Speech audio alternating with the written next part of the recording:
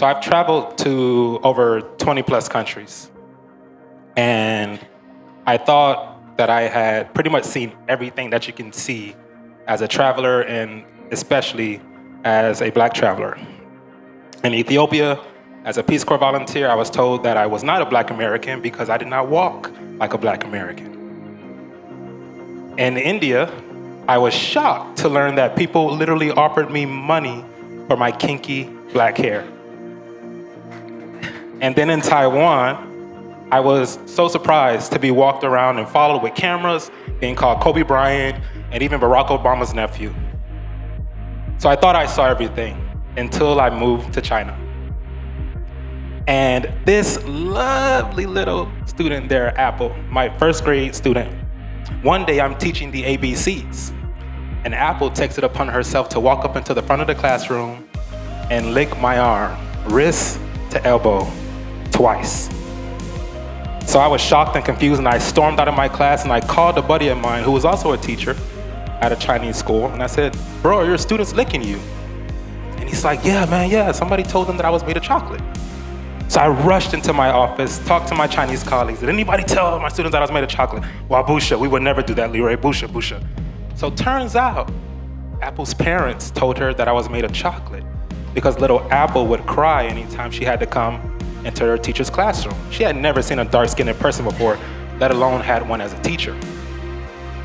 So this experience led me to create my first company in China, Black Gen. The purpose of Black Gen was to create a platform, an environment where Black expats, expats of all color, and the local Chinese community could come together and share who they were through our artistic lens, spoken word, poetry, dance, film. We organized events for 2 years throughout Beijing and Shanghai, and it was a hit. So much so that we were published and featured in several publications around China, including City Weekend magazine. And one day, I'm sitting in a coffee shop in downtown Beijing, and this Black woman walks in. She's like, "Hey, I know you." I had never seen this woman before in my life. She says, "I just moved to China from Atlanta, took a STEM teaching job at a prestigious high school, and I was so nervous. I didn't think I'd have a community. Where am I gonna get my hair done? Are people gonna accept me? What is it gonna be like for me as a Black person there?" And as she was sitting on her plane, there was a City Weekend magazine. And she picked up that magazine and she opened it up. And what did she see? She saw me, and she saw Black Gen. And she read about the community impact work we were doing, how we were creating opportunities for local Black businesses in Beijing, and how she had a home and a community waiting for her. And she told me in that moment, she found the peace and comfort she needed to be at ease with her decision to move abroad to China. So, after that, I decided to take off. I knew that these stories could be inspiring, not just to me, but to other people that looked like me or came from similar backgrounds as my own. So I started a podcast called The Buddy Pass, and I traveled around the world, interviewing Black expats and travelers in Mexico, Ireland, Switzerland, wherever they were. I was gonna find them and I was gonna tell their story. And when I got back to the States, I did a bit of investigating, and I learned that the travel industry was really struggling on race and inclusion. They were struggling to advertise and market to Black travelers. They were struggling to tell their stories. So I decided to take it upon my, one more second. Despite that, Black travelers spend, and they spend big. In 2018, African-American travelers spent $63 billion on travel. In 2019, $129 billion. Every year, Black millennials, like myself, spend about $50 billion on travel, and most of that is driven by Black women. And even some of the experts in the travel industry have said those numbers are very conservative. Why? 54% of Black travelers will tell you that they're more likely to travel to a destination if they see themselves in the advertising. 70% of Black millennials are more likely to spend more on travel experiences with a brand that understands them and their identity and their culture. And 64% of African-American travelers, one of the things they factor into the decisions to travel to a destination is the availability of African-American culture and attractions and heritage. So, took it upon myself to start a magazine, the Buddy Pass magazine, to answer those questions and address those issues. A couple of months ago, we rebranded to Culture Travels Magazine. Why did I rebrand? Because our target audience identifies as culture. Not only that, I saw how impactful Black culture was around the world. I will never forget going to a club in downtown Beijing, and it's Tupac night, and there are Chinese people in the club dressed like Tupac and rapping Tupac lyrics. Would never forget it. Or I will never forget Asian women in countries around the world braiding their hair to look like Black women. I didn't think anything was wrong with it. I was inspired by it. That is my culture that is impacting the world. So I started a magazine so I could show people in my community how magnificent they are, how impactful their culture is. But not only that, everyone in this room, when you travel somewhere, that destination you go to, that culture touches you, and you walk away with a bit of it. To this day still, I eat with my hands because of Ethiopia. I sip on hot water, despite how crazy Americans think that is, because of China. We all are impacted by the culture that we engage when we travel, and vice versa. You leave a bit of yourself in that culture as well. So for me, it made sense that culture should be at the center of this brand. It touches our target audience, but also it speaks to everyone in a way. And so, I decided to come back, build Culture Travels Magazine, help businesses, not only in San Antonio, but around the world, connect to that target audience, that $50 billion market through our magazine, podcast, and video content. And we help businesses and destinations like Visit San Antonio, like Tank's Pizza, like the Carver Culture Center, connect to that travel market through our magazine, podcast, and video content. And so, the reason you all are here today is because two major events have happened to our city in this last 6 months. We all know the Spurs have drafted the #1 pick, and that player, congratulations, and that player is projected to generate over $500 million in value to the team and city. What can that do for our community and our businesses? Not only that, in March, the city of San Antonio hosted the IPW Travel Conference. That conference, whenever a city hosts that, brings that city $600 million of tourism value over the next 3 years. Our community, our businesses, our city is likely to see close to $1 billion tourism boom over the next 3 to 5 years. How do we make sure that our community members and our businesses are positioned to benefit from that economic prosperity? So with that, my name is Leroy Adams. I am the founder and publisher of Culture Travels Magazine. We help travelers connect to destinations and the unique culture of that destination through our magazine, podcast, and video content. And we help local businesses and destinations connect to the African-American travel market, a multi-billion-dollar travel market, through our magazine, podcast, and video content. And so, with the very important conversation that we have going on today in the community, I'm excited to bring it all to you today and give you all an opportunity to ask those burning questions that's on your hearts and your mind. I've spoken to many of you in the community, and I know how passionate you are about the subject of today. So thank you for coming. Please feel free, if you're in the back, feel free to move on up. And I would like to welcome my first guest, Councilperson 𝗂𝗲𝗃 Rodriguez of District 2. Thank you. And so Jalen, the first question I have for you, I did a bit of research. Your dogs are named Cairo, Rome, and London. Tell us how we got there. It was kind of by chance a little bit. I actually had 2 cats prior to, so I have 1 dog and 2 cats. Prior to getting my 3rd cat, I had 2 other cats that were named Kafka and Kaleo. And we ended up naming our 3rd cat 𝗧𝗲𝗃𝗃.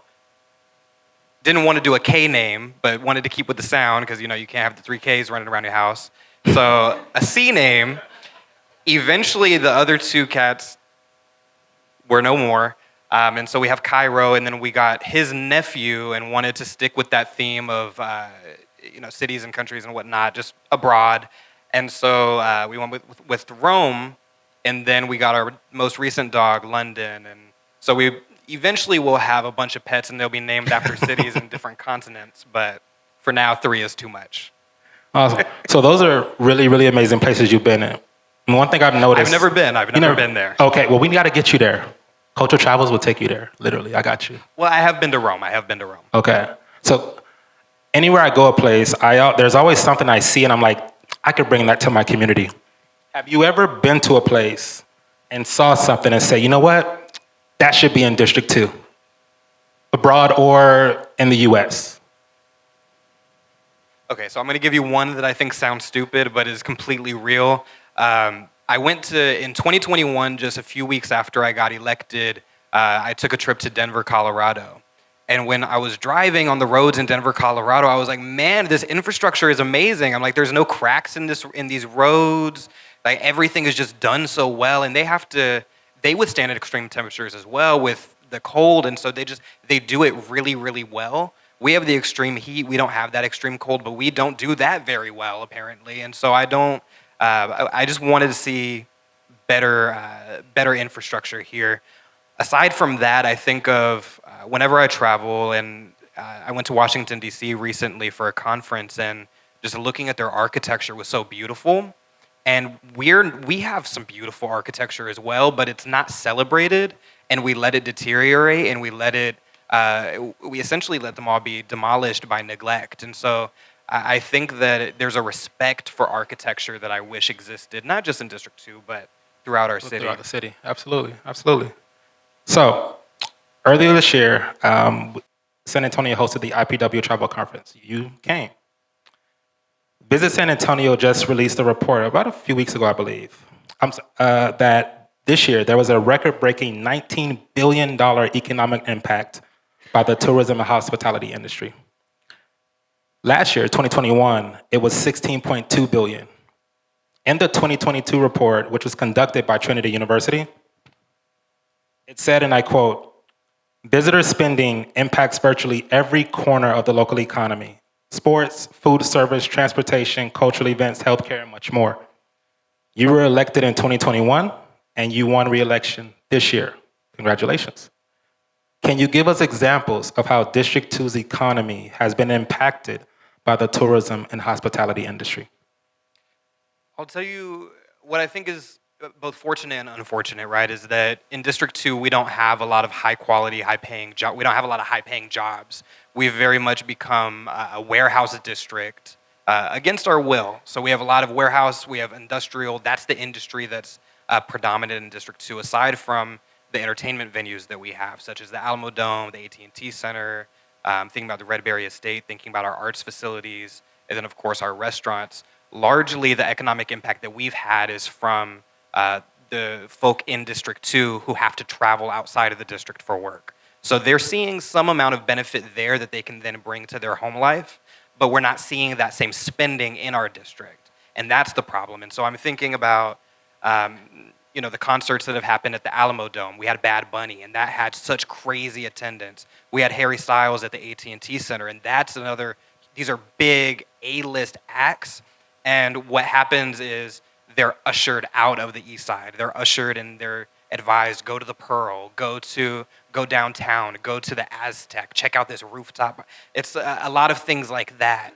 And so I think there needs to be a shift in the way that not just the traffic flows, but a natural progression and movement of people from these huge destinations and venues that are already here towards our small businesses, so that impact is much more direct. You know, you bring up a really great point. Last night I went to the Carver Culture Center. They released their 2023 and 24 artist lineup. The lineup is insane. It's amazing.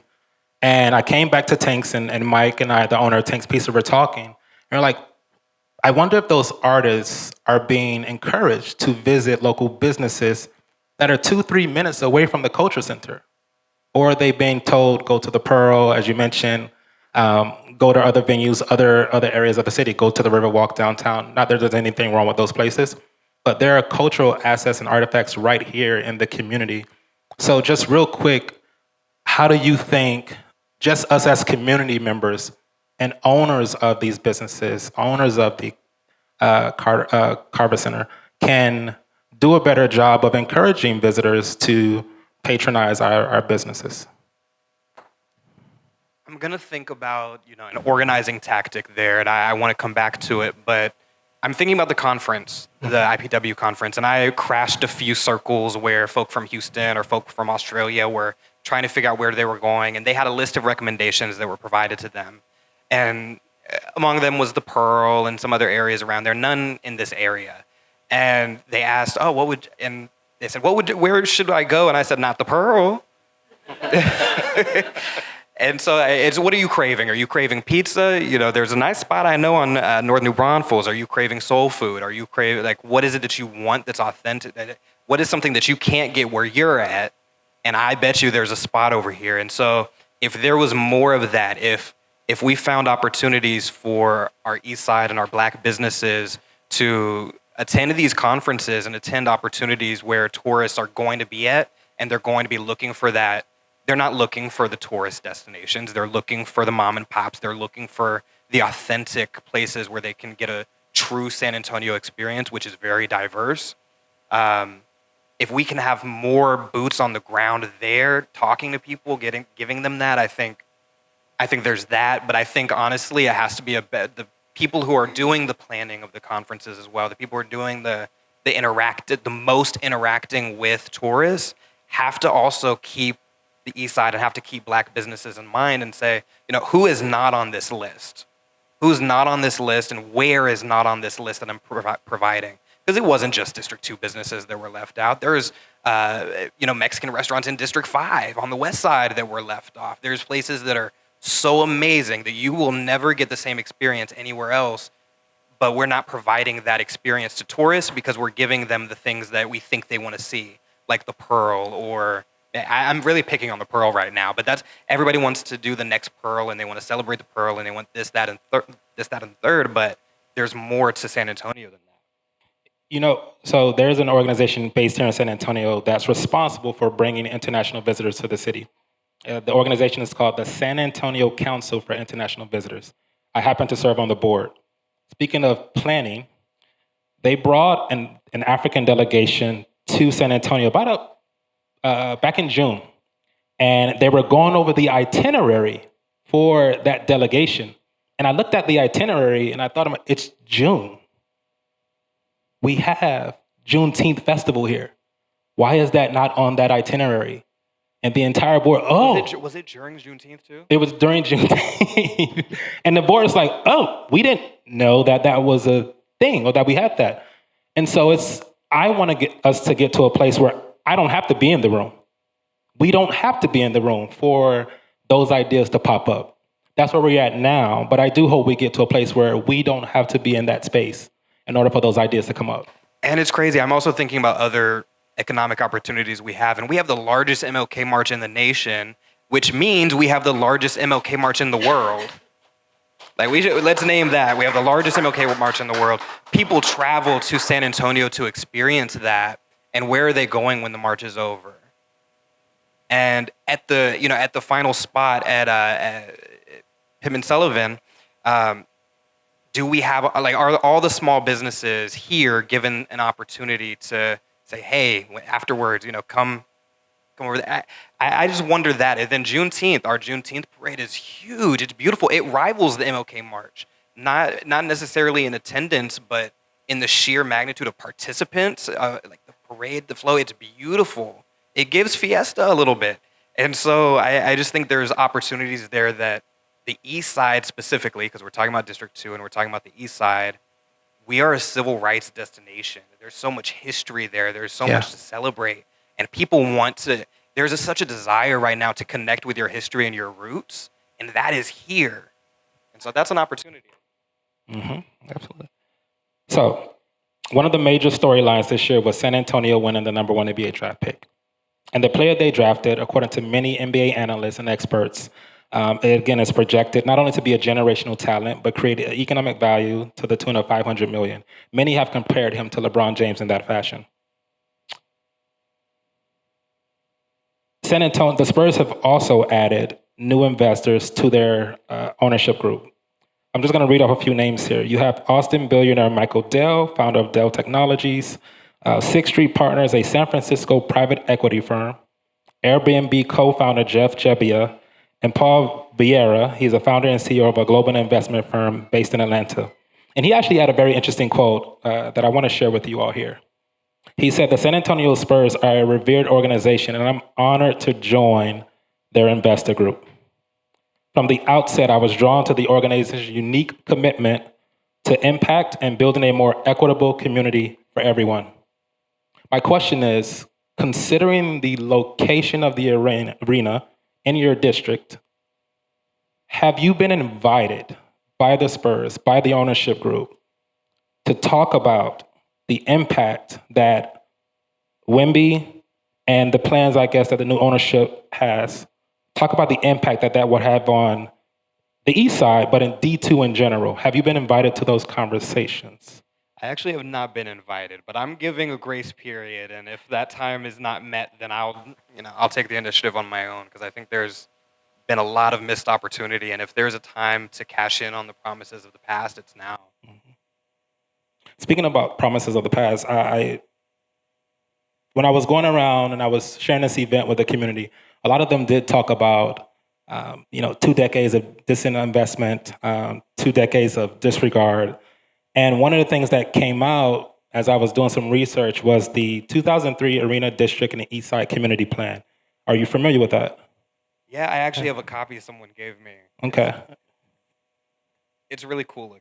Yeah, it was, as I'm looking through and I'm reading, it's awesome. And for those of you who are unaware of that, so the 2003 Arena District and East Side Community Plan was basically a plan put together by stakeholders in the community that analyzed potential businesses and activities that could boost this area's appeal. In addition to that, they evaluated the current conditions of the area, understanding the population, and setting up guidelines for design, landscaping, and land use. Particularly additionally outlining specific steps, highlighting priority projects, and determining the necessary funding and setting timelines to achieve those goals. What do you say to community members who will look at a plan like that and say, well, what happened? It's been 20 years. Where has that plan gone? What has been the fruition of that plan? Yeah, and I'll say I was 7 years old when that plan came to fruition, or when it came to be, but I'm still held accountable to it, right? People still want to know that it hasn't been forgotten about, and quite honestly, I think it's time for a brand new look at it, because if the Spurs were going to come in and it was going to lead, and the AT&T Center was going to be built, and it was going to lead to this complete redevelopment and economic development, if it was going to lead to this prosperous community, it would have done that by now, organically. But the problem is that back when the plan was initially set, I think there was a huge oversight, or there was a huge, it was overlooked that you can't force private investment by people who don't care about the community that exists there. So if they can, instead of, if they don't believe in the community that exists there, why are they going to put a business there? Because who's going to frequent it when there's not events, when there's not a Spurs game? It's going to be the people who live there. And I wish that at the time there was a greater sense of urgency, and there was a desire to, rather than expect this outside investment and this private investment, to say, hey, who are the entrepreneurs in the community? Who wants to expand their businesses? Who's looking to start something? Let's create some sort of incubator or a program where the businesses that are there come from the people who live there. Because who cares about the community more than the people who live there, who frequent, who walk the streets, who take their kids to school there? And I think that was a missed opportunity, but I think that now that we're having the conversation and there's rumors and there's murmurs of, where are the Spurs going to go next and what's going to happen in the AT&T Center, I think that if that conversation is to happen, it's an opportunity now to say, what do we do with the space? Because the AT&T Center isn't going to go anywhere. There's still debt on the building. They still want to make improvements to the building, the county. It's going to be a venue. So how do we make that venue something that is going to benefit the community? And I think that's where we start that's where we start a program like I just mentioned, because like I said, the people who have put up with the disinvestment are the people who live here now. So the people who should reap the rewards of any investment and of any economic development should not be the people who neglected the community for all these years. It should be the people who have been without. And so I think any plan or any initiatives or programs or public-private partnerships should keep that in mind. So I think that's where I'm headed, and I think that's how we get to that point. Absolutely. So the Spurs drafting #1 was not the only big news this year that happened to tourism in our city. As you know, we hosted the IPW conference, and historically, that conference has brought about $5.5 billion in future travel to the U.S. The city that hosted typically gets between $400 to $500 million of booming in tourism. What is your vision for District 2? And given this potential boom in tourism, how do you plan to leverage that to drive growth and make your vision a reality? Repeat the question one more time, because that was a big one. What is your vision for District 2? And given this potential boom in the tourism industry, how do you plan to leverage it to drive growth in your district and make your vision a reality?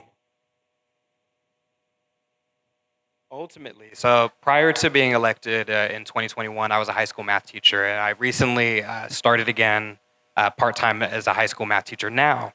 And a lot of people make the mistake of thinking that the teacher's first goal and priority is academic achievement of their students and making sure that their students reach grade level. The true #1 priority of a teacher is the safety of their children and their students.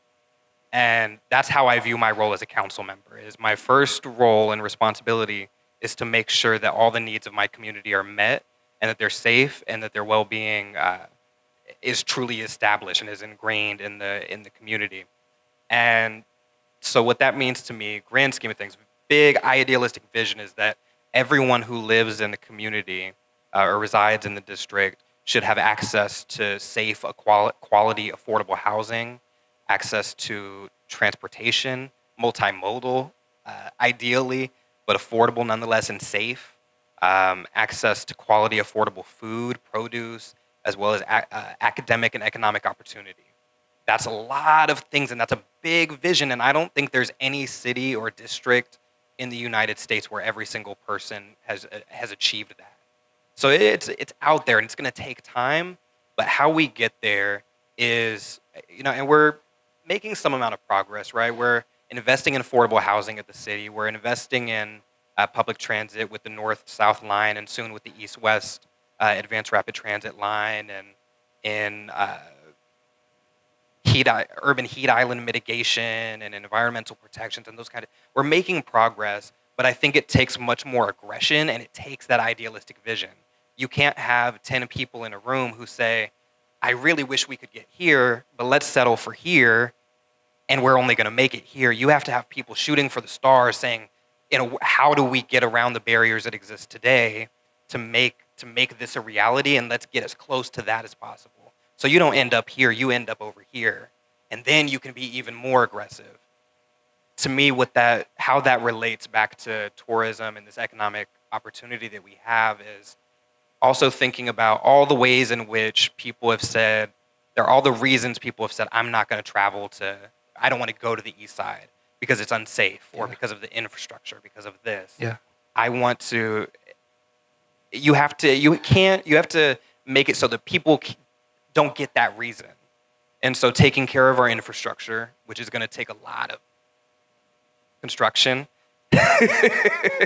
which is frustrating, but at the end it yields beautiful results. It's going to take challenging the powers that be, including developers who want to, quickly flip a house and make the shotgun homes. Yeah. It's going to take challenging our school districts, and especially we're about to have conversations about right sizing, which is closing down our schools. Is that the right thing for our communities?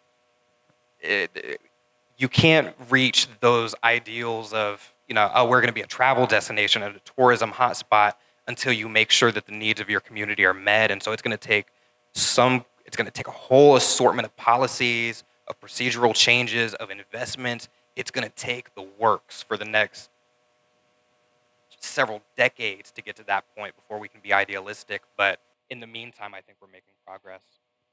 Thank you, Council President Rodriguez. Thank you. Thank you. So now I'd like to invite the rest of our panelists up here to join you. Yes, you're going to stay. Come on. You're good.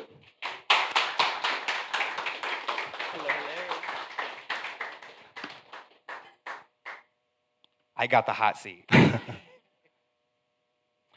Before we jump into the panel, I would like to thank one of our sponsors, 𝗧𝗲𝗃𝗃𝗃 Startup Week, which is a program at 𝗧𝗃𝗃𝗃, if you're not familiar.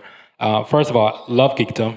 We have been, our company has been working with 𝗧𝗃𝗃𝗃 downtown, the incubator company, for months. They've helped us refine our vision, set up our financial strategy, connect us to mentors in the business community. So if you are a business owner, an entrepreneur, innovator, you definitely want to get connected to 𝗧𝗃𝗃𝗃, and you definitely want to check out 𝗧𝗃𝗃𝗃 Startup Week here in October, which is a one-week event that has activations, workshops, speaking engagements, really great space for entrepreneurs, innovators to be, check out here in October. If you want more information about 𝗧𝗃𝗃𝗃 Startup Week or 𝗧𝗃𝗃𝗃, you can find myself. After the event, I'm more than happy to share my experience about 𝗧𝗃𝗃𝗃 and 𝗧𝗃𝗃𝗃 Startup Week with you. So we have a very dynamic group of panelists up here. We have Ms. Jenny Carnes, the CEO of 𝗧𝗲 Sports. We have Dr. Kara Allen, the Chief Impact Officer for the San Antonio Spurs. And real quick, I just want to tell you, every time I see you, you got the freshest kicks. Like the freshest. I try to have the freshest kicks. You coming out, do me with the J's. Always fly. And we have Mr. Jeff May, the Chief Administrative Officer for the San Antonio African American Community Archive Museum. Let me tell you how many times Ms. Deborah has checked me for saying Culture Archive Museum. Every time. Even since threatening text, but I love her though.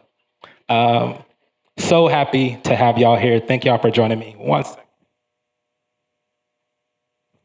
second. Ms. Jenny Carnes, I want to start with you because, truth be told, I just learned about your organization about a month ago, thanks to one of your colleagues, Ms. Mary back there. First, introduce yourself. Tell us about your organization, please, and tell us about your role within your organization. Well, happy Friday, everybody. I have to start with a few housekeeping items for myself. One, we hosted an event today for San Antonio Sports, so I've been out in the sun since 7 a.m., got up at the crack of dawn. I'm a little bit dehydrated, tired, and loopy. So if I can't complete a sentence, Kara's going to help me out. Two, I'm usually really on brand for San Antonio Sports, but I had a number of external meetings and events this week. My clothes are in the hamper. So given the conversation tonight, I had to bring my Spurs game. Lastly, and you're already on the list, I'm going to challenge may ask Mary to keep tabs. For the number of times, closer? Do we even need a mic? Do you need a mic? Okay. For the number of times that we incorrectly say the AT&T Center versus the Frost Bank Center, whoever has the most at the end of the night has to buy a round for everybody here. You said it 3 times. Are you on board, Who's keeping Kara? tally? Who's keeping tally? Who's keeping tabs? Who's keeping tabs? If we don't remember who said it the most, whoever has the freshest kicks has to buy those rounds. Okay, I'm trying. Right. I'm trying. Well, okay, I'll be serious now. I told you I'm loopy. I'm tired. Thank you for the opportunity to be here tonight. This is such an important conversation, not only for your district, but for our city right now. It's a hot topic. Jenny Carnes, President and CEO of San Antonio Sports. If you're not familiar with our nonprofit, we are your sports commission for this community. We've been around for almost 40 years. We will celebrate our 40th anniversary next year. We are one of the largest and strongest sports commissions in the country, and I think, and I know I'm biased, we're also one of the strongest and most high-profile nonprofits in San Antonio, making big impact for your community. Our mission is to transform San Antonio sports through the power of sport, and we have a vision and a plan and a passion for healthy kids and families, places to play, and events that really make an impact for San Antonio. I've been with the organization for 24 years this week. Congrats. It had an Love the anniversary. longevity. Love it. I started when I was in junior high, clearly. Now, I started as an intern, and it's been a journey for me to be a part of not only San Antonio sports, but what we do for San Antonio. And, you know, I don't live in this district. I'm District 10, but I can literally say I live more in this district than I do at home. We office out of the Alamo Dome. We've been there for 20 years this summer when the Spurs built the AT&T Center, and I can say that if you look backwards, and moved over to the east side here. It opened up some office space for San Antonio sports. So I've literally lived in the Dome for the last 20 years. I primarily have spent my time at San Antonio sports focusing on all of the NCAA Final Fours that come to the city and bring major economic impact. And I know we're going to get into some of that Major soon. economic impact. I'm a huge sports fan. I believe in the transformational power of sport, and I'm sitting here as a true testament to that. I would not be where I am today in life, in my career, if not for what sport did for me. I'm a small town kid. I grew up in the country, and I started playing sports at an early age. And all that it's given me and all that it has done for this community and will continue to do is what gets me out of bed every morning. I have one question for you before we go on to our next panelist. Could you share some insight on trickle-down economics to local communities from hosting major sporting events like the NCAA Final Four? If I understand correctly, your organization, the Alamo Dome, you all host the NCAA games, correct? Okay. How does that math work in terms of being able to sort of see how these sporting events are impacting our community economically? I got the questions in advance last night, and I jotted down some notes because I don't want to mess up the math here because this is a really good question. We impact the community at a really deep level with families and kids and providing opportunities, but really the Final Fours is what drives, and big events, other big events that we do with Visit San Antonio, that drives tourism here. And the Final Four is the biggest thing that San Antonio will ever do in terms of events. In my lifetime, we will never bring a Super Bowl here without an NFL team. We will never bring the Olympics here. So the Final Four is the biggest thing we do. We will have the men's Final Four back here in 2025 for our 5th men's Final Four. We have a women's Final Four returning in 2029 for our 4th. And in 2025, we were estimating that will bring $220 million of direct visitor spending into our community. Over 40,000 hotel room nights, over 75,000 visitors. And let me tell you the trickle-down effect. And as long as I've been doing this, this is usually what I say. Residual tourism. So from tip-off of college basketball season in November to when we crown the national championship in April on a Monday night, they are talking about the road to San Antonio on national broadcasts, on international broadcasts, and that is media value and media exposure that the city and Visit San Antonio will never be able to afford in ad buys.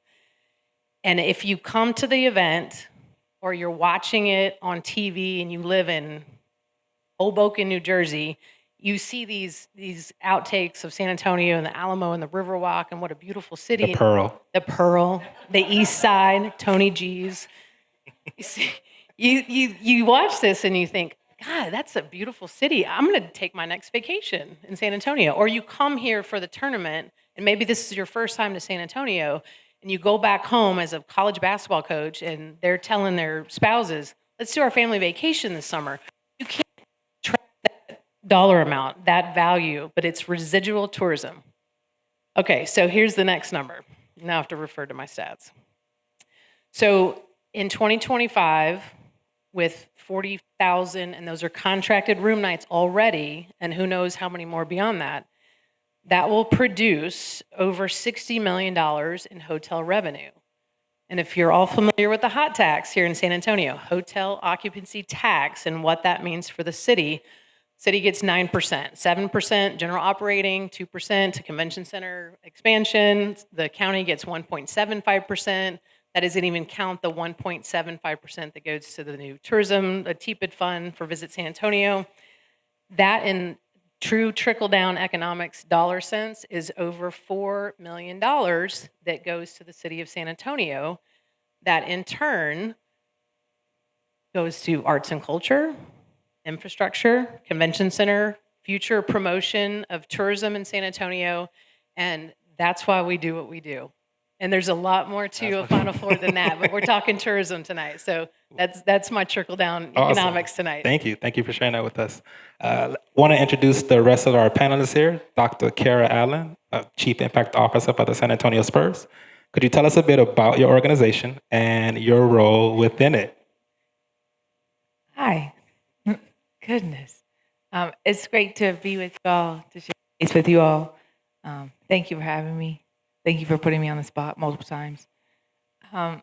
So if you don't know about the San Antonio Spurs, we have a deep commitment to healing, access, and belonging as part of how we show up in community. As a matter of fact, we talk about that through the lens of building leaders and legacies. And for now 51 years, we've had a deep commitment to building leaders and legacies where we live, learn, work, and play, where we center things bigger than ball, and truly we show up to do the hard work, particularly when the cameras aren't on, around healing, access, and belonging. So if you didn't know that about the San Antonio Spurs, let me know. I'm happy to share more. Don't you want me? Sounds horrible. Only thing worse than one of me is two of me. So that's the San Antonio Spurs, and the role that I have at the Spurs as Chief Impact Officer. Well, here, I'll tell you this. I'm still very much earning my right to show up in community, particularly here in the East Side for folks who've been doing the work, who've grown up here, who've invested in community here for a long time. I am relatively new to San Antonio, about 2 years. Did a little less than 2 years. My daughter goes to Young Women's Leadership Academy down the street. I picked her up from after school, dropped her off at what, fingers crossed, will be her second ever sleepover, and then headed this way. If I check my phone, it's likely because it is the sleepover community telling me that my child's no longer sleeping over. But other than that, all things good. Prior to joining the work of healing, access, and belonging with the Spurs, I was actually started as a teacher as well. I was a teacher in Oakland Unified School District, and I was also a basketball player. I was a basketball player who was the captain who only went in when you definitely knew who was winning the game. I'm that girl. Either we were really winning or we were really losing, but you really knew the score. And I will say, I will never forget my commitment to the power of sport, my commitment to sport for good, sport for change, change for good, was when I was teaching in Oakland, and a little girl from Indiana real quickly learned she couldn't save the world the way that I thought I could save the world. But I was reading a math problem, and one of the young men in my class, so all the kiddos in my class were labeled severely emotionally disturbed, and one of the kiddos in my class raised his hand, and he's like, "Miss Kara, I don't understand the question." And so I read the math question again, because right, you're supposed to read the question and keep reading the question and teach the test, I thought. I kept reading the question, and then finally he's like, "Miss Kara, I don't know what the F a bushel is." And I, see? And it hit me like, I don't either. I don't know what a bushel is. Like, what are you talking about?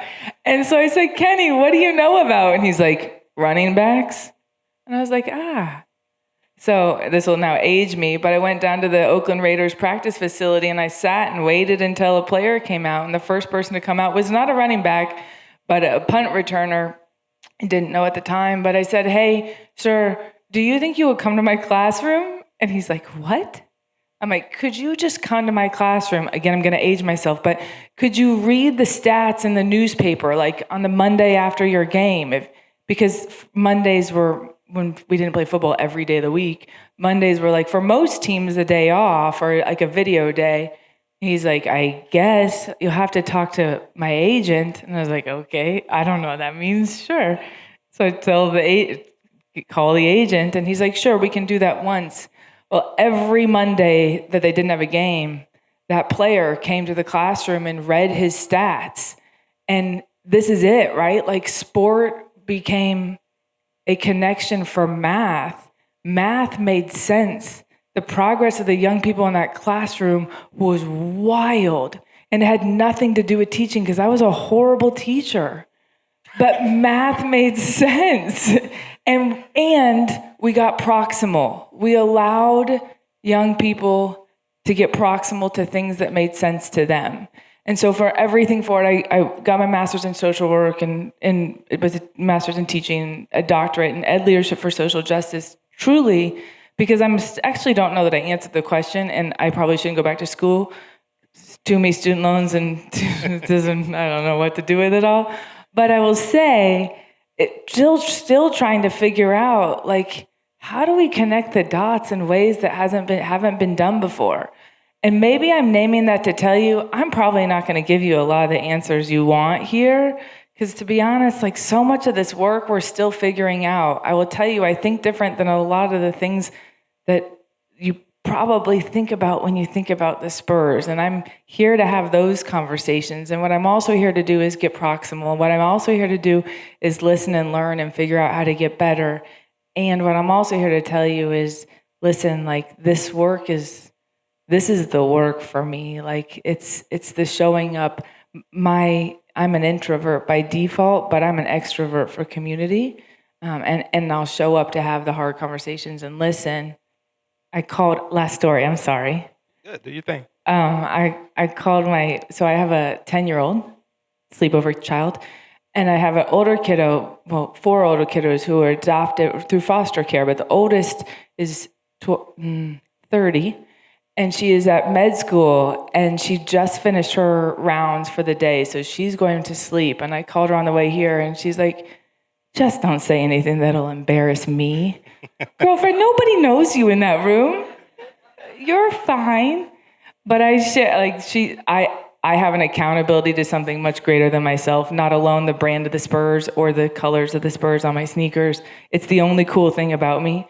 But also to people who I am indebted to making me hopefully a little bit more of a whole human. So thanks for letting me be here. Awesome. Well, thank you for coming.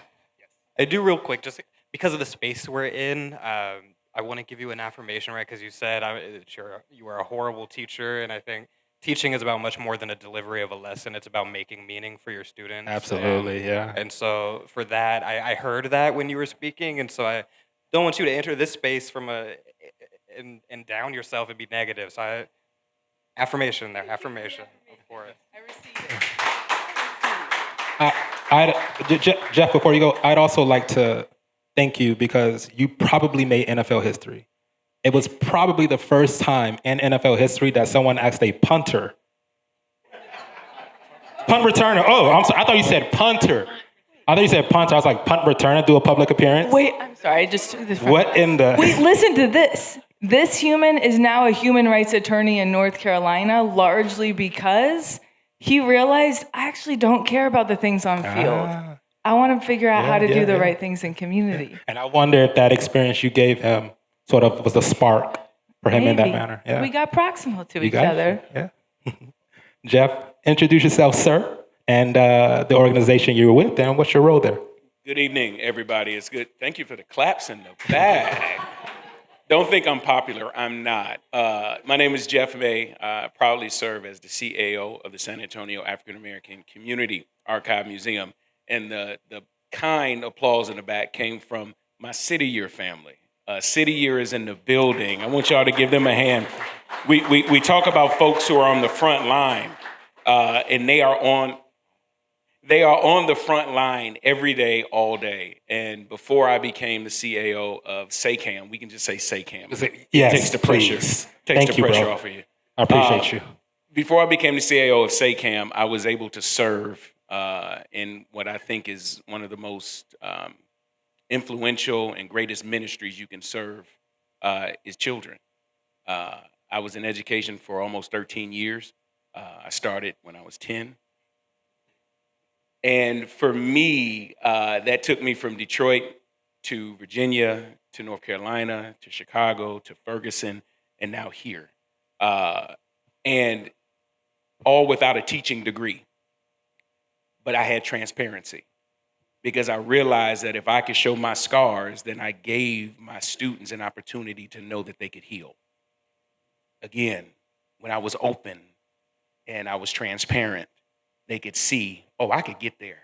And I don't have to be perfect. I don't have to fit in a box. I don't have to do it this person's way or that person's way, but I can be me. So the best way for me to show up in any space, especially now with my capacity at 𝗧𝗂𝗹𝗁, is now I can show up even more transparent, right? I could be 10 toes down on the culture because, again, our job at 𝗧𝗂𝗹𝗁 is to collect, preserve, and share the rich African-American history here in the Texas region.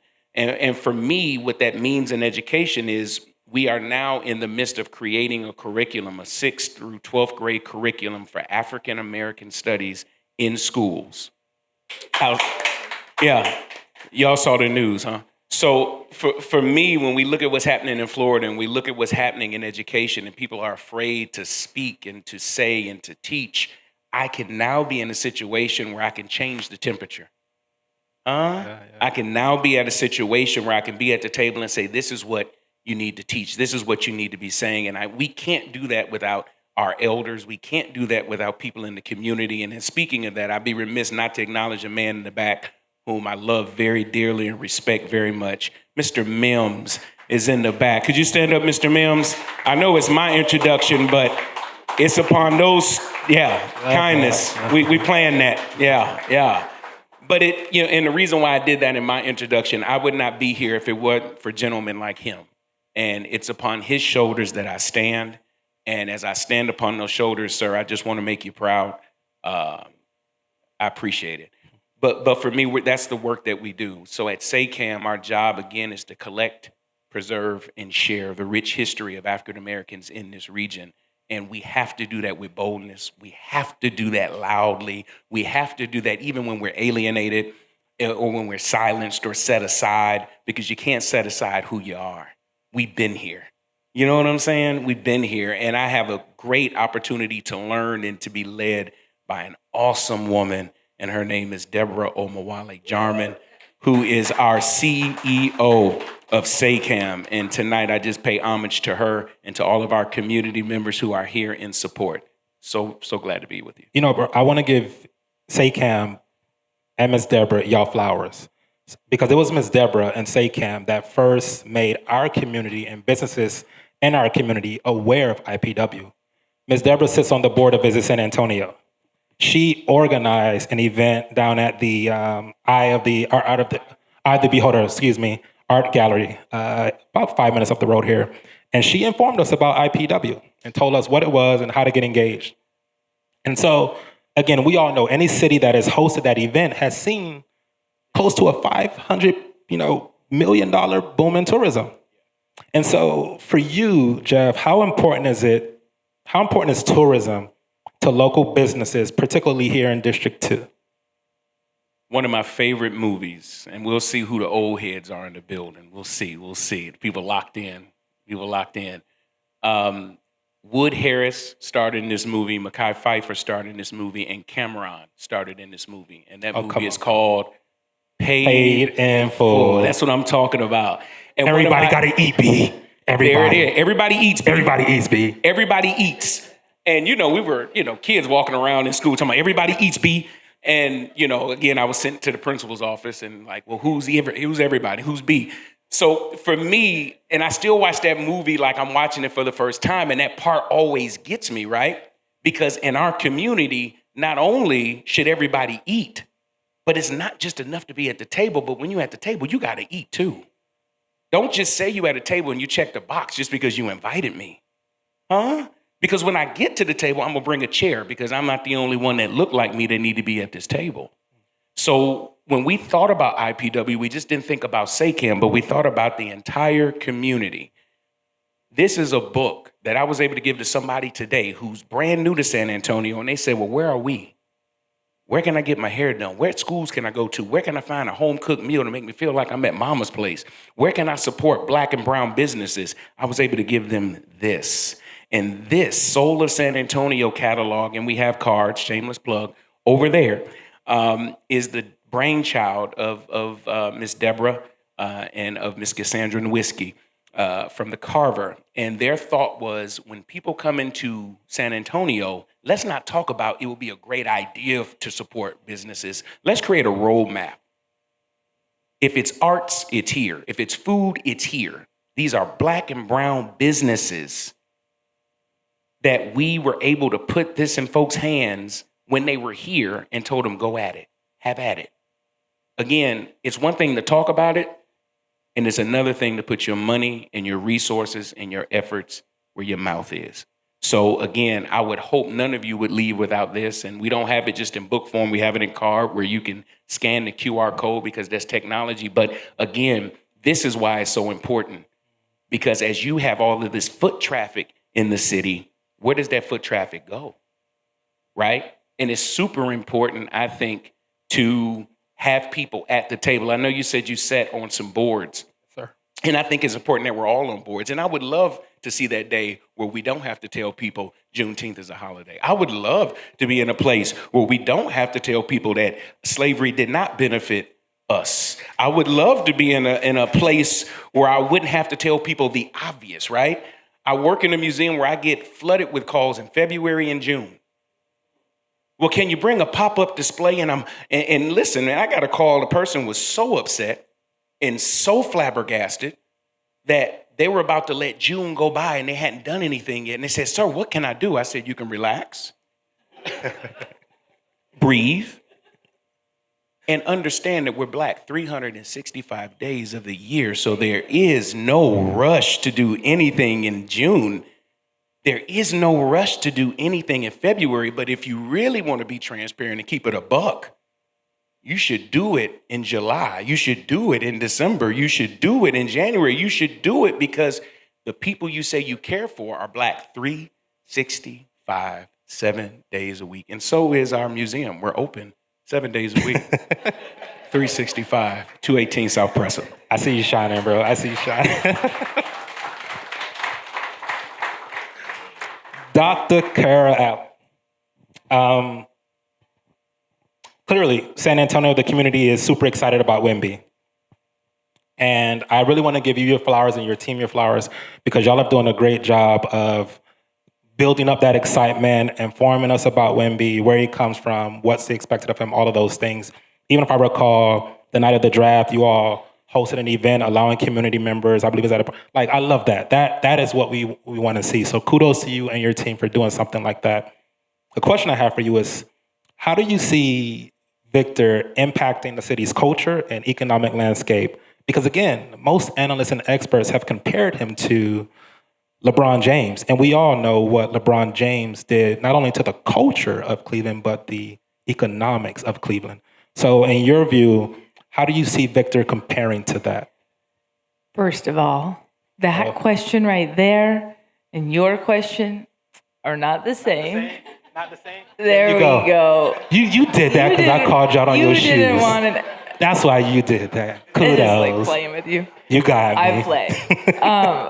Well, I will say first, I think then maybe not popular response, but here's the deal. Like, and I asked Morgan, I was like, am I going to be a horrible person if I say this?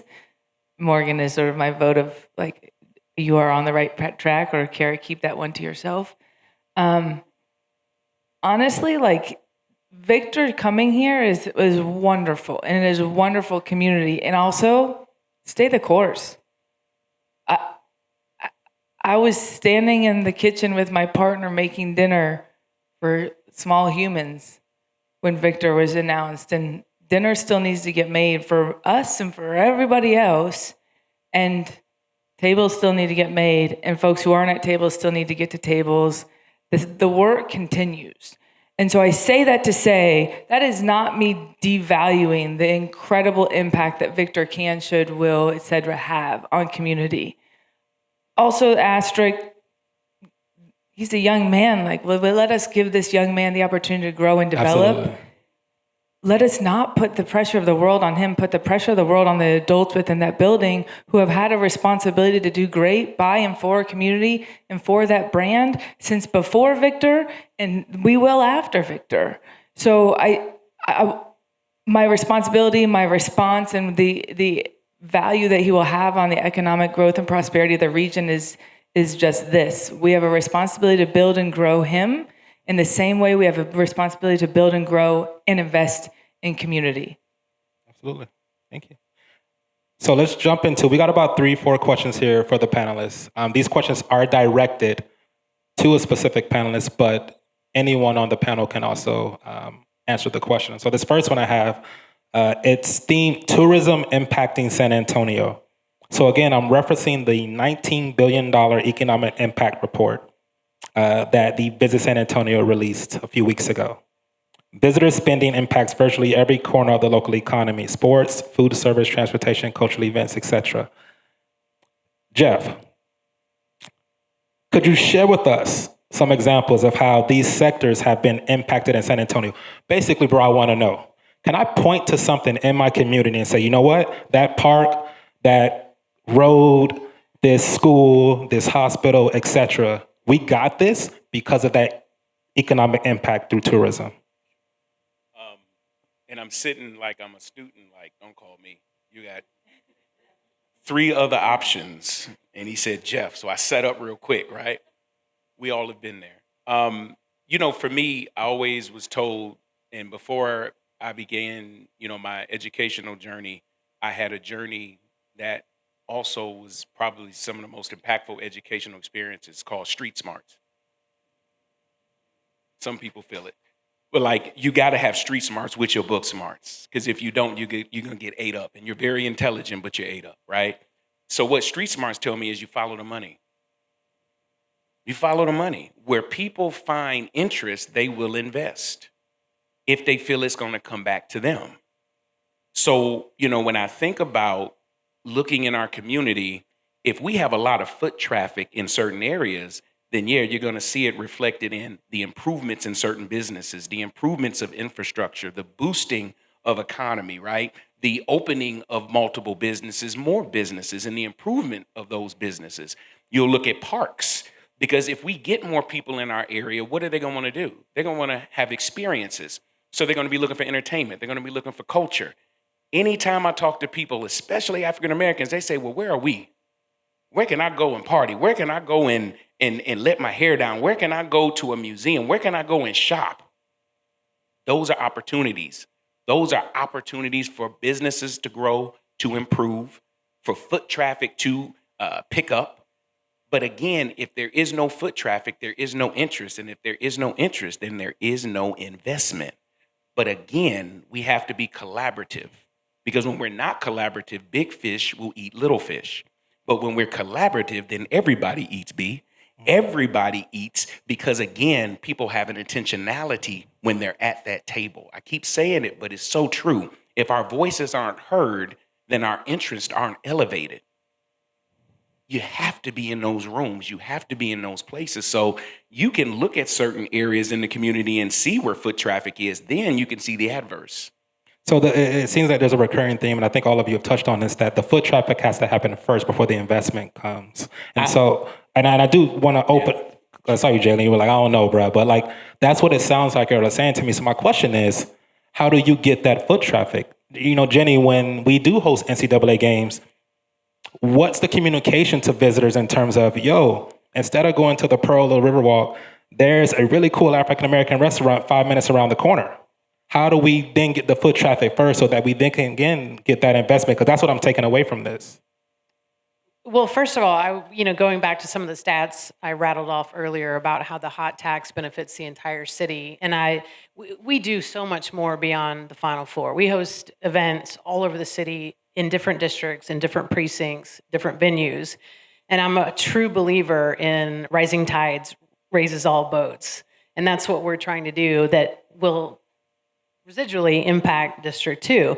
But when we watch a big event like the Final Four come to the Alamo Dome or concerts or whatever that is, I've seen it firsthand. I mean, I've come down to soccer matches that we've hosted with Mexico, and I don't think about going to the Riverwalk because I don't want to mess with it. I come over to Charity Bar, come over to Tony G's. Yeah. Every bus company in San Antonio is right here next to the Alamo Dome in your district.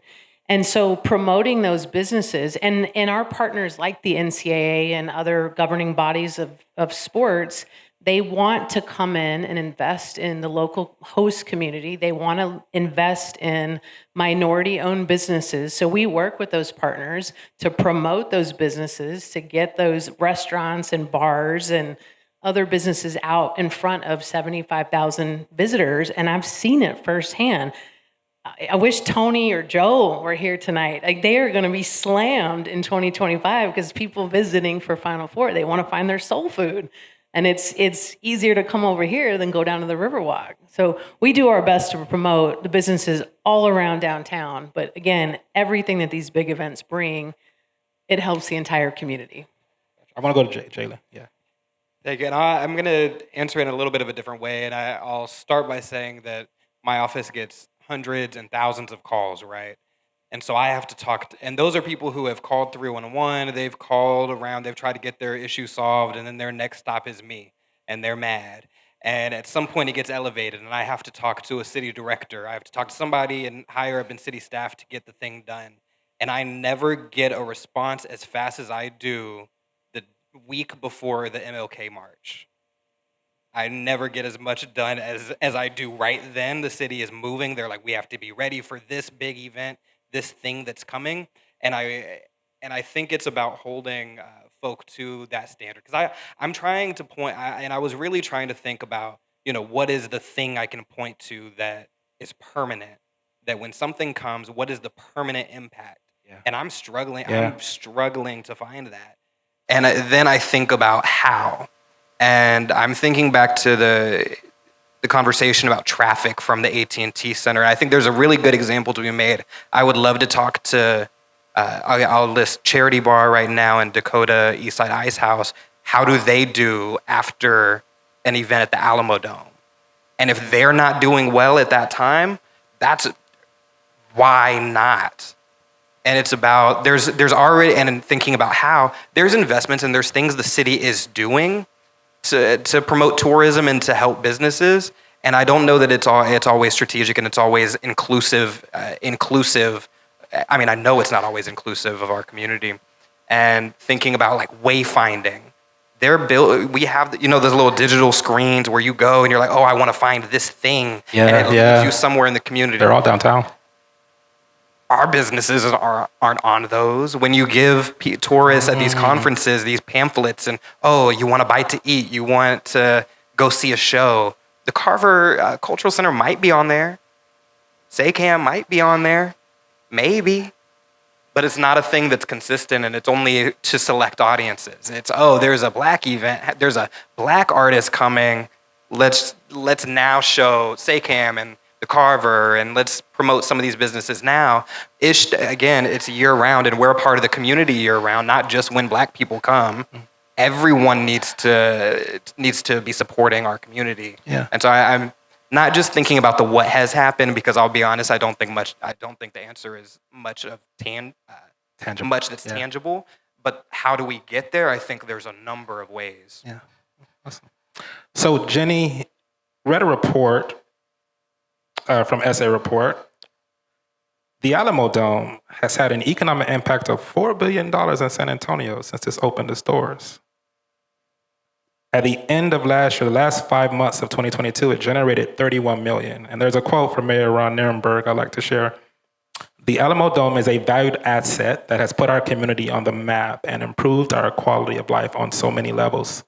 So my question to you and the rest of the panelists is, you know, the mayor called that a community asset. Many in the community consider the Alamo Dome a, community cultural asset. Obviously, the economic prosperity is there.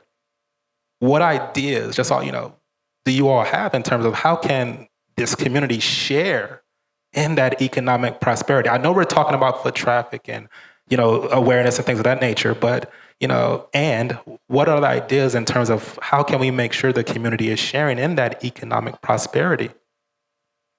Well, first of all, the $4 billion of economic impact, San Antonio sports can take credit for almost 25% of that. Got to throw that out there.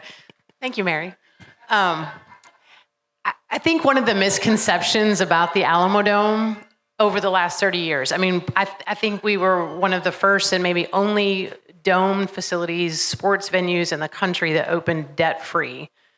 And the community at large has this perception of the building being vacant, in ruins, costing taxpayer dollars. Yeah. That's not true. It is a community venue that has been impacting our citizens for 30 years. And I know, because I said earlier, I live there. I see 37 high school graduations a year and hear the song over and over for rehearsal and the graduation. I see community events that come through, home and garden shows, the big events, the concerts. That building was made for our community. I know it was, the plan for it was to lure an NFL team here and of course, move the Spurs away from Hemisphere. But it has truly become the center and the heart of our community. Yeah. And what the future of the Alamo Dome looks like, I leave that up to you and your counterparts. But we're at an interesting crossroads with all these conversations with the Spurs and Missions baseball. But it's time to double down on the Dome and reimagine and transform the future of that community venue so it continues to not only be a resource for our citizens, but it continues to be very competitive for our tourism industry so we can continue to have conversations with the NFL, continue to have conversations with the NCAA and bring big events, continue to lure these concerts that all of a sudden our dome is killing it the last 2 years with all these concerts they're bringing. So I hope you and your colleagues will have an open mind and what am I trying to say? I told you I was tired. Just an open mind about what it can be for the next 30 years for San Antonio. Not just the community venue, but how it can advance the entire city and your district. For sure, and I'll say right now that over the past, going back last year and over the next few years, we're putting about $20 million into the Alamo Dome. And this year, correct? And it's not going to be nearly enough. It's not going to be nearly enough. And so I'll give y'all something. I'll say something a little goofy to y'all. It hurt my heart. I read an article, and it was a list of the ugliest buildings in America. And the Alamo Dome was way up there on that list. I think it was number one. I think it was the ugliest building in America. And I was like, a lot of my colleagues at that point didn't even realize that the Alamo Dome was in District 2. Problem number one. But the second part of that, is, as we're talking about things like the wayfinding devices and how we create a more conducive flow of people into the community and to the businesses, that should be a part of any reimagination of the space. And so when we're thinking about land around the Alamo Dome that we might be able to acquire or we might already have, or around the Frost Bank Center that we might already have or we might be able to acquire, that has to be at the forefront. Is that a huge issue has been the flow of traffic that guides people directly away from the east side, and how do we make that facility and that flow of people into the community something that the people who are already here can benefit from? And like I mentioned earlier, it's not going to be for outside people to come in and invest finally and put businesses up so that they can make money because we've reconfigured the space. It needs to be people from the community who are given an opportunity. And so that's going to have to be done very creatively, and I think we're going to have to come up with some sort of program, but that needs to be at the forefront of any reimagining. Dr. Allen, the Spurs and their new, no, you're good, complex over on the north side. It's pretty cool, I've heard. I haven't been there, but apparently I've heard that it's an entertainment venue. It has a large dog park, mixed use commercial development, like really, really cool complex on the north side. The question I have is, clearly the popularity of the Spurs is growing. How can this popularity and the investments contribute to this needed growth and innovation in District 2, whether that is through tourism, economics, or placemaking? I think the Rock, which is lovingly called, right? The Rock, the Human Performance Center. That's what it's called? That's right, the Rock. Who gave it that name? So the Rock is named after here we go, history lesson. Pop often cites, and the only thing that's framed in the locker room is the story of the Rock, which is essential. I'm not going to say the whole thing by Jacob Riis, but it says it's not that final blow when the rock breaks, right? It's not that final blow that made it happen. It was all the hits that came before it, right? It's pound the rock. Yeah. So when you hear us talk about pounding the rock, one, it's about doing something bigger than self. Two, it's recognizing none of us can do it by ourselves. And three, it's recognizing that when success does happen, it has nothing to do with that one human. It won't be Victor. It won't be just Pop. It won't be any one of us. It's all the folks. It's a conversation about ancestral realities as applied to sport. Ooh, okay. Now, the Rock. The work of the Rock is only successful when the things that happen to the Rock benefit people that are not on the north side. Now, for a practice facility is a practice facility, right? And a building is a building. And also, there is a research center in the Rock. And if that research center doesn't center research, which allows all of us to better understand the communities on the east side and the west side and the south side, and we cannot thus better serve, support, show up alongside those community members, then we will have failed at saying the Rock is a community space by default. That won't be a success. The alternative is to say, what do we know to be true? I'll use an example. We know by data tells us, I'm not a data nerd. I don't have any numbers to tell you as I move on feeling and I know with deep sincerity and data-backed reality, as humans, we live longer if we feel as though we belong. Absolutely, yeah. It is true. It is the reason, I would argue, a reason you started more than one business that you've started. It's some version of belonging. Yeah. And if we do not thus do the research to better understand what it means to belong in any of the communities here, and we don't share that information, then what are we doing talking about human performance? Because human performance is not how fast you move on a court. It's not ensuring that we don't have motionless capture to best understand how players move. No, it's to understand how humans perform alongside one another. And so I share that not to gloss over the fact that this multi-million-dollar facility is built on the north side. And it's to name the responsibility that building has to never keep what it learns in the building. And that's a human reality, but that for me, that's the lure of the Rock is quite simply that. Learn really well, take what we learn and do better alongside community. And I will name, part of that is also resisting the urge to, which I think is often an urge for folks that look like me, to think that we know the answer to a community's problems. We don't. Well, that's what I want By to ask. default, how do we move from this culture of gatekeeping information? Ooh, beautiful question. It is not our responsibility to tell any community what they need, it is absolutely not. It is our responsibility to listen. We talk about moving at the speed of community a lot. That means, I'll use another example outside of this space, but relevant to the conversation. The Uvalde community, right? My role and responsibility is also to show up in times of need, time of crisis. There were public conversation around the Spurs doing nothing. And I didn't say anything and was quietly, I've been in Uvalde almost every month for the last 14 months. More than actually every month for the last 14 months.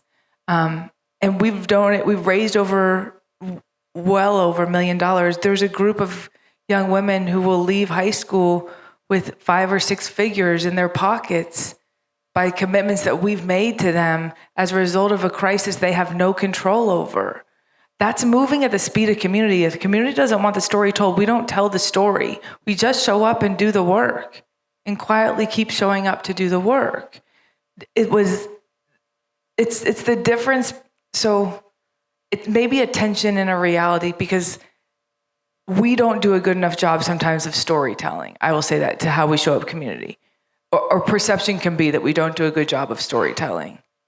And if my option is to tell a story or show up when nobody's there, I'm always going to show up when nobody's there. And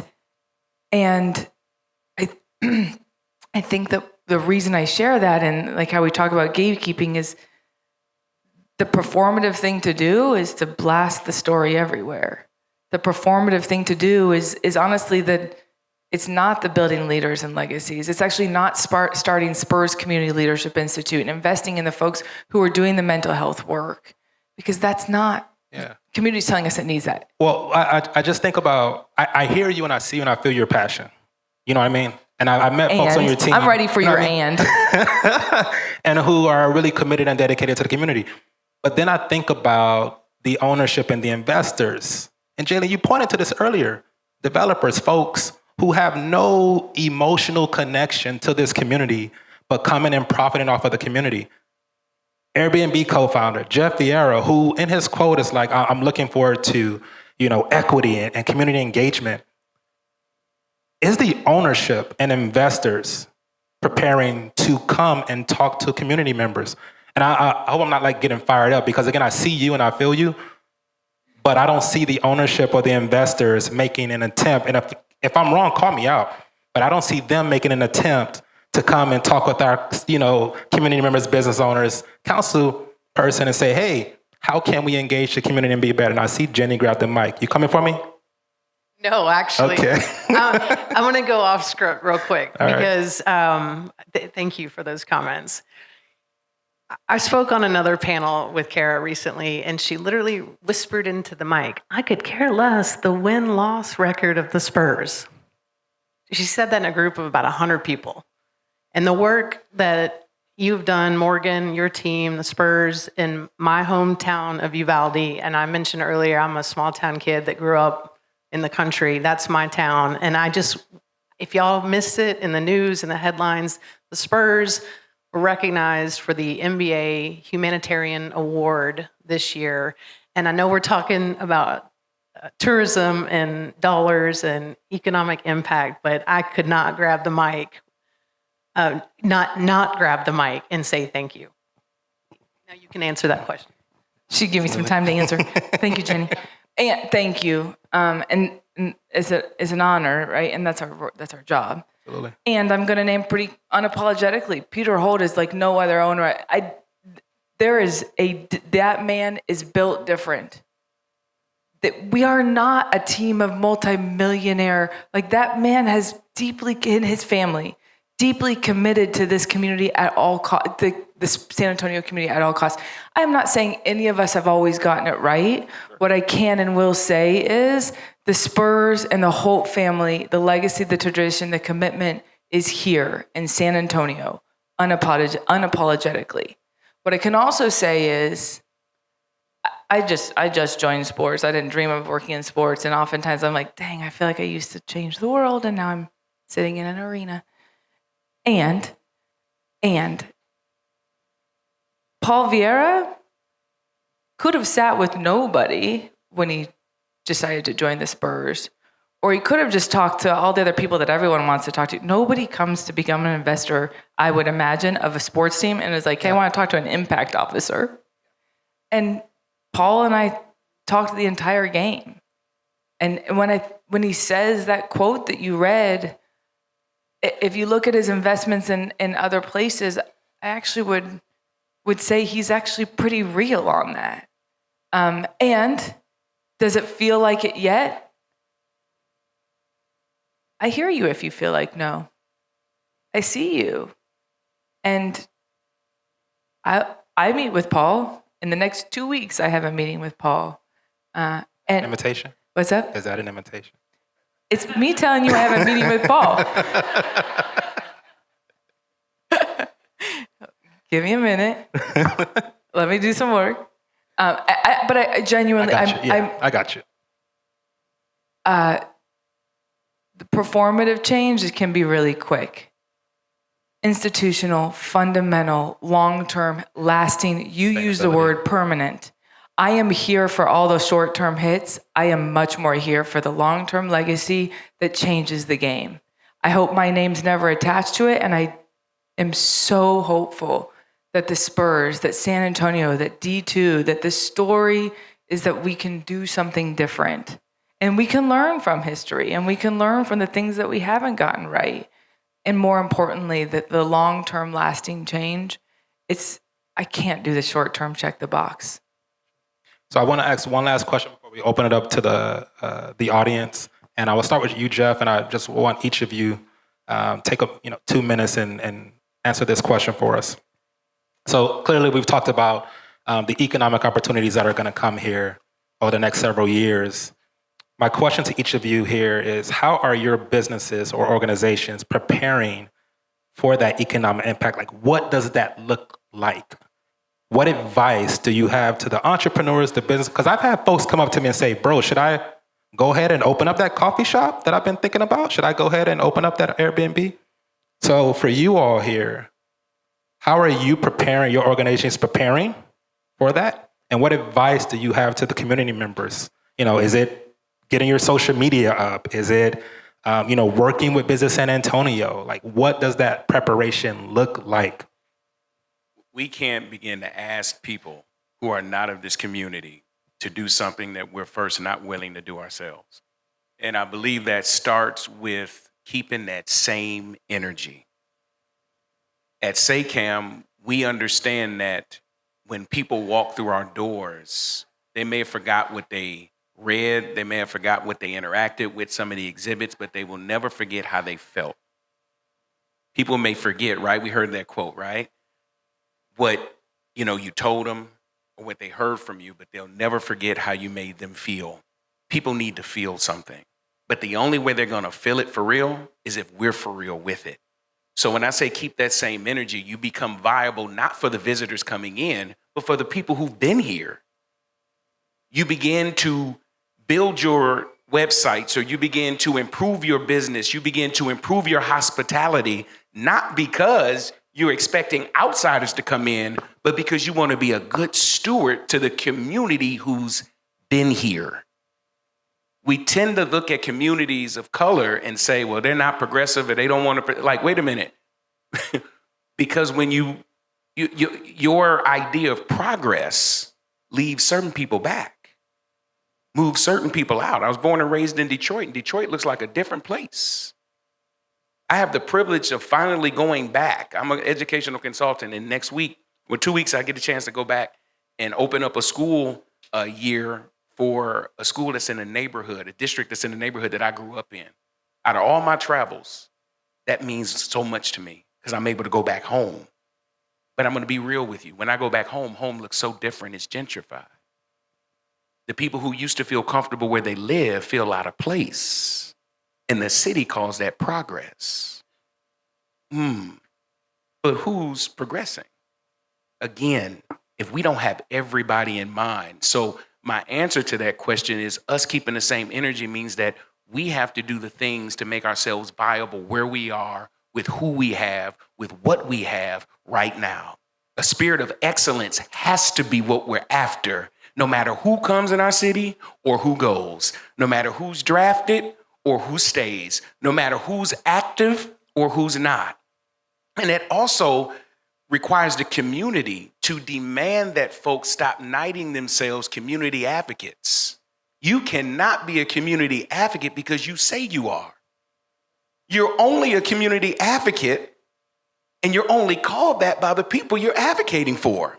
And if they haven't called you one, then that's a lot of space for you to learn, listen, and move accordingly.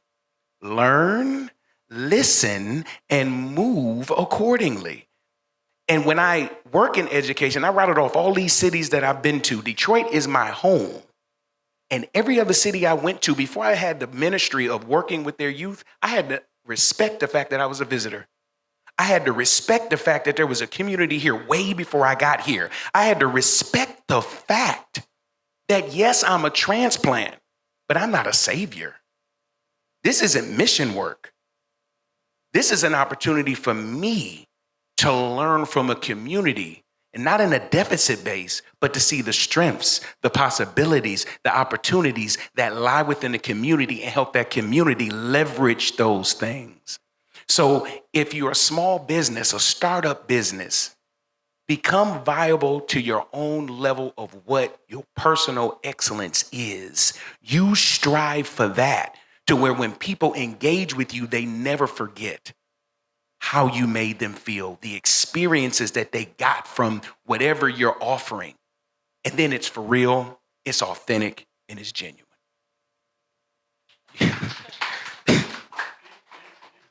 Jenny says she don't think anybody can follow that. That's why Kara passed the mic. Nah, bro, you go.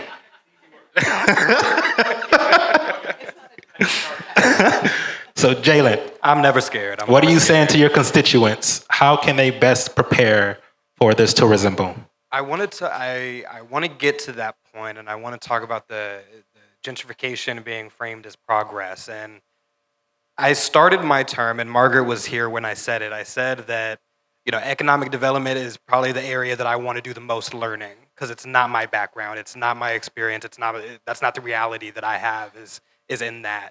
And something that I go about conversations about economic development, and we're having all these conversations, and we're facing the reality that San Antonio is the most, at the time, I'm not sure if it still is, but I believe it is, the most economically segregated city in the country. And what's glossed over is that economic segregation is rooted in racial segregation. That economic segregation is rooted in racial segregation. And we have conversations about affordable housing, and it's always framed as, oh, you don't want to concentrate poverty. You can't don't put these entirely affordable units up. You need to make sure that there's mixed rate. You don't want to concentrate poverty. Poverty is already concentrated. And then there's simultaneous articles saying San Antonio is the fastest economically integrating city in the country. And what does that tell you? That tells you that rich, wealthier folk are moving into poorer communities. We're the fastest gentrifying city in the country, and we're framing it as progress. Like we're somehow undoing decades and decades of systemic underinvestment, marginalization, and redlining. And so I say all that to say that I believe the strongest power that we have is in people. That's how I feel like I got to the seat, and I've been allowed to serve in this seat, is through the power of people. And so sometimes people think that I or my colleagues will be irritated when, you know, we get the incessant texts and Facebook tags and the Instagram messages and the calls to our office and I'm going to go to the media if this thing doesn't get solved. I'll go with you. I'm with you. I'm not a representative of the city. I'm a representative of the people to the city. And that's how I view the work. And so when I'm thinking about what can my community and what can businesses in the community do to prepare for a boom, we have to center people power. And so I think that means organizing. I'm trying to come up with a strategy on the fly. Me and my office haven't even strategized how we're going to approach meetings with Spurs or with city and county leadership, and how with the community, how are we going to have conversations like this where we talk about a reimagining of these massive multi-million-dollar facilities. we haven't organized that yet. But what would help me along the way is those businesses and businesses like Tanks saying, these are the things that we want to see. These are the moves we're willing to make. We would like to, you know, I want to stay where I'm at, but I would like to expand if there's an opportunity close to the Alamo Dome, if we're going to take, I'm gonna overspeak. If we're going to get rid of one of the lots at the AT&T Center and we're going to make it a mixed-use development with retail and housing, and we're going to do something like that, we want first dibs. And so I would say that that's how you prepare. You organize, you come with your demands. You say, hey, y'all didn't meet these demands for the past 20 some odd years. This time it's going to be different, and we're demanding so. And there's other communities that have done similar. There's other corridors that I think we can point to. There's other people in this city who have benefited from similar negotiation tactics and from organizing in that way. And so it would be entirely remiss for me not to mention that the power of people is going to be in the power of the business leaders and the guests and the people who frequent our businesses. Secondary is going to be any conversations I have behind the scenes. Everything that I do is going to be guided by what my community tells me that they want and need. And thus far, it's been that. It's been to make sure that the community, that the city and the county and Spurs know people are angry. And as this conversation about rumors of, you know, Spurs up and leaving and new arena and new stadium, this and that conversation unsettles an entire community. And that can't be left out of any of the articles, any of the decision-making factors. And so I would say the organizing is going to be a piece. I think the knowing that I'm not a representative of the city, I'm a representative of you, I think that's a key. And I don't know, I would say organizing is number one. Got you. Jenny and Kara. You good? Yeah. No preparation. I will say, I was a little dismayed. So I cast the sole vote for the Rock the Performance Campus, and I believe it was a zoning request at the time. I don't think I ever had a conversation with the Spurs leadership about that. When we're having, you know, I'm getting calls from reporters for the first time as people are having conversations, and I don't think I was invited to the AT&T Center renaming it to the Frost Bank Center. And so I just want to be included as a partner, because my community can't have a voice if the person who's supposed to represent them isn't allowed that opportunity. Absolutely. I'm really sorry. Yeah. Let's open it up. That's a period, not a comma. Nah, that's real. Thank you. Let's open it up to the audience for questions. We got Uche walking around with the mic. Please, everyone, keep your questions. No testimonies. I'm gonna just say that. Be respectful of the time. Thank y'all. So please, if you have a question, raise your hand and Uche will bring the mic around to you.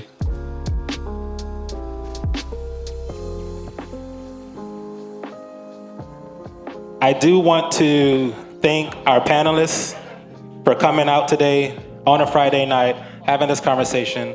We have a gift for y'all, a Culture Travels t-shirt. Thank y'all so much for coming out tonight and having this conversation and engaging our community. Thank you so much. Oh, you're welcome. Y'all good. I would like to get photos with y'all and photos with the trivia winners, and I also love to thank the community for coming out as well, to attending this and bringing your questions. We will be doing more of this. Thank everyone for coming out tonight. Y'all be safe, my friends. Stay hydrated. Have a very good night. Thank y'all. And folks, we have some, we have some information on 𝗧𝗂𝗃𝗵. Yes. If you're looking for information on 𝗧𝗂𝗃𝗵, the events, the expansion, boat tours, things that you can do with young people, please go over, grab some stuff. I see them right there, and especially the Soul of San Antonio literature. It's over there. Do y'all have time for a few pictures? Now, let's go support and buy some food. Come on, let's buy some pizza, pasta, calzones, wings, bone in. All flat. If you are a trivia winner, please stick around for a quick photo. Would really appreciate it. Thank you so, so much.